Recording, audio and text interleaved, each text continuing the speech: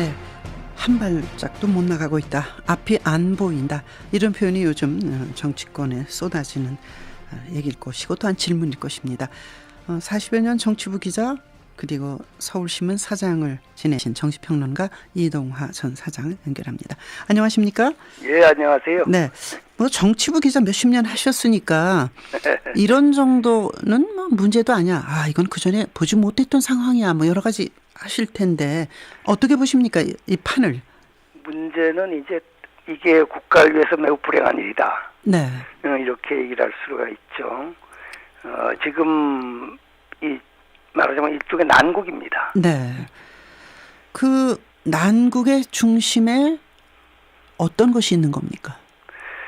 지금 현재 박근혜 정부가 이제 중간 좀 왔잖아요. 그렇죠. 그리고 지금 앞에 놓인 여러 가지 산적한 문제들이 있습니다. 공무원 연금 개혁이라든가 뭐 소득세법 지난번에 연말정산 때문에 왜 문제가 됐었죠. 뭐 그런 거라든가 여러 가지 그 중요한 법안들이 지금 있지만은 잘못하면 표류할 가능성이 있습니다. 네. 근데 국정의 난맥상인데 그 중심에 이완구 총리 성완종 리스트에 등장하는 8명의 사람들 이런 거를 그 박근혜 대통령이 출국하기 전에 김무성 새누리당 대표와 출국 시간을 늦추면서까지 만나지 않았습니까? 예, 그렇습니다. 네. 거기서 나온 얘기가 무엇일까? 뭐 추측으로도 가능하고 갔다 와서 이완구 총리 문제는 뭐 결정하겠다 대통령의 말도 있었는데. 네, 예. 이번 대통령 출국을 앞두고도 여러 가지 얘기가 있었죠. 이 시점에서 꼭 가셔야 되느냐, 뭐 그런 얘기도 있었고. 네. 그러나 하여튼 이건 국가적인 문제니까 가는 거 떠나는 거는 옳다고 생각을 합니다. 네. 근데 이제 당초에 이제 1시 40분인가 떠나기로 돼 있었다가 이 시간을 늦췄어요. 김무성 대표를 불러서 만나기 위해서 그렇게 했습니다. 네. 그래서 김무성 대표는 아마 일단 당내 의견을 뭐 수렴해서 얘기를 했다고 하는데 사퇴를 쪽으로 이제 가닥을 잡은 것 같습니다. 네. 근데 이제 대통령은 내가 돌아오면 처리하겠다. 네.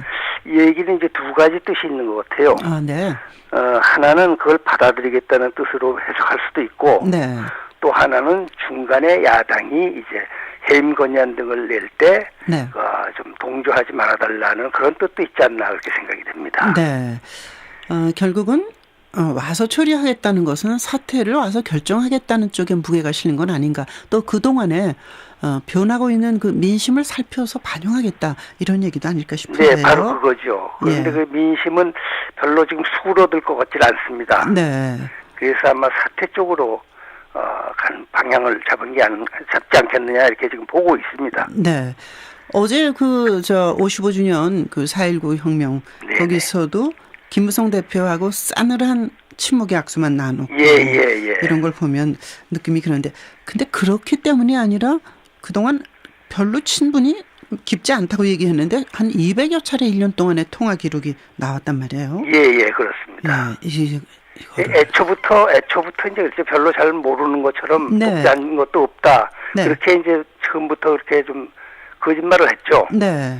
그런데 뭐 나오는 게 23번 비망록을 통해서 만나는 게 나타났고, 또 지금 통화는 한 210여 차례 통화를 했다. 그럼 굉장히 친한 관계라고 볼 수가 있거든요. 그렇죠. 친하든 어떤 건 가지고 언쟁을 펼치는 사이든 어쨌건 잘 아는 사이다 이렇게 볼 수 있죠. 잘 아는 사이죠. 네. 이동화 사장님하고 저는 뭐 자주 통화는 안 하니까. 자, 그러면 여기서 할 수 있는 게 새정치민주연합의 문재인 대표는 일단 안을 내겠다는 거 아닙니까? 해임 건의안을. 네. 사실은 뭐 지난 주말까지 거치 결정 안 하면 내겠다. 이렇게 얘기를 했었죠. 네. 그런데 이제 지금 아마 야당에도 고민이 있는 것 같습니다. 네. 지금 재보궐선거를 위해서는 23일까지는 내야 야당이 이제 대통령의 뜻에 따라서 말하자면 본회의를 무산시키거나 이럴 경우 그 역풍이 말하자면 새누리당에 돌아가서 재보선 전략으로는 맞는데 한 가지 또 고려해야 될 게 네. 대통령이 안 계신데 국무총리를 해임하려고 하면 이게 또 역풍을 만날 수도 있단 말이에요. 네, 국정의 중심 현재는. 그래서 그거를 대통령이 돌아오실 때를 맞춰서 하는 게 어떠냐 하는 그런 의견도 있는 것 같습니다. 네.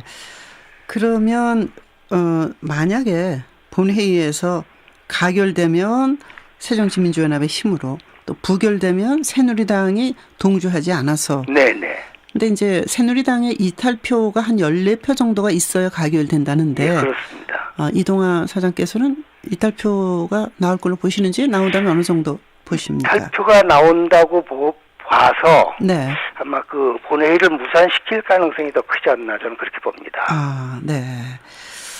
지금 처음에 말씀하셨습니다만 참 걱정은 지금 공무원연금 개혁, 서비스 산업 발전법이니 뭐 관광 진입법, 일자리 만드는 법이 있는데 이게 방치되면 나라는 어떻게 되겠습니까? 그러니까 이제 문제죠. 이게 그래서 박 대통령의 위기다 이렇게 저는 보고 있습니다. 네. 그래서 이게 좀 대통령께서 돌아오면은 네. 직접 나서야 되지 않겠나. 네. 지난번 그 부패와 전쟁 네네. 얘기도 이제 총리가 담화를 발표했지 않습니까? 네. 근데 왜 그렇게 했는지 저도 그때 그 당시도 의문을 가졌었어요. 네. 그 청문회 과정에서 네. 뭐 약간의 그 부적이라든가 부조리로 혼이 났지 않습니까? 네. 그런 분이 바로 그런 말하자면은 사정담화를 한다는 것은 네. 뭔가 조금 생뚱맞지 않냐 그런 그 느낌들이 있었거든요. 네. 이런 거는 이제는 어쩔 수 없이 네.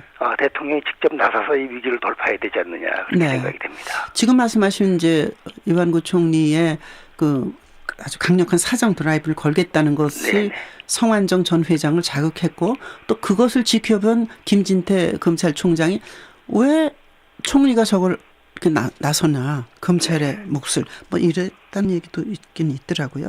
네. 그런데 결국은 뭐 대통령의 몫이지만 이제 분위기는 사퇴 쪽으로 가는 것으로 거짓말 말 바꾸기가 반복되는 것이 밝혀지는 이상 그런 거 아니겠습니까? 그렇죠. 근데 너무 많은 그 말 바꾸기를 했어요. 네. 특히 그 언론인으로서 자존심 상한 거 있으셨죠? 네. 지난번 그 총리 인준 과정에서 그 뭐 초임 기자들을 놓고 아마 말도 안 되는 얘기를 한 것 같습니다. 예. 지금 만약에 대통령 귀국하기 전에 이완구 국무총리가 스스로 사퇴를 하겠다는 의사를 표시하는 것에 대해서는 어떻게 보십니까? 네, 뭐 그럴 가능성이 있습니다. 네. 지난번 그 문창극 총리 후보자도 대통령이 중앙아시아 쪽인가요? 그때 그렇습니다. 순방할 그 당시에 그 문제가 터졌거든요. 네. 그래서 뭐 바로 사퇴를 한 적이 있습니다만 어차피 해임보다는 아마 사퇴 쪽으로 가지 않겠나 이렇게 봅니다. 그렇군요. 재보선에 영향 있겠죠? 예, 영향이 있습니다. 영향이 있고 하지만은 그 새정치민주연합이 그 압도적인 것 같지는 않아요. 왜 그런가 하면은 일려 다야의 지금 선거구도기 때문에 또 상당히 유력한 사람 야 쪽에서 그 새정치민주연합 외에도 유력한 후보들이 있기 때문에 조금 그렇게 썩 유리한 상황은 아닌 것 같습니다. 네, 알겠습니다. 그 관악을의 그 이상규 전 통진당 의원 무소속으로 출마했는데 영향을 미칠까요? 한 2%대 지지율이라고. 약간의 그 영향이 있겠죠. 약간의 뭐 영향이 있겠지만은 거기는 정동영 그 무소속 의원이 있지 않습니까? 그렇기 때문에 그렇게 큰 효과는 보기 어렵다 이렇게 보고 있습니다. 알겠습니다. 위기를 돌파할 힘이 우리 국민에게 있는데 정치권이 우리 국민은 못 따라오는 것 같아요. 고맙습니다. 예, 고맙습니다. 정치평론 하시는 이동하 전 서울신문 사장이었습니다.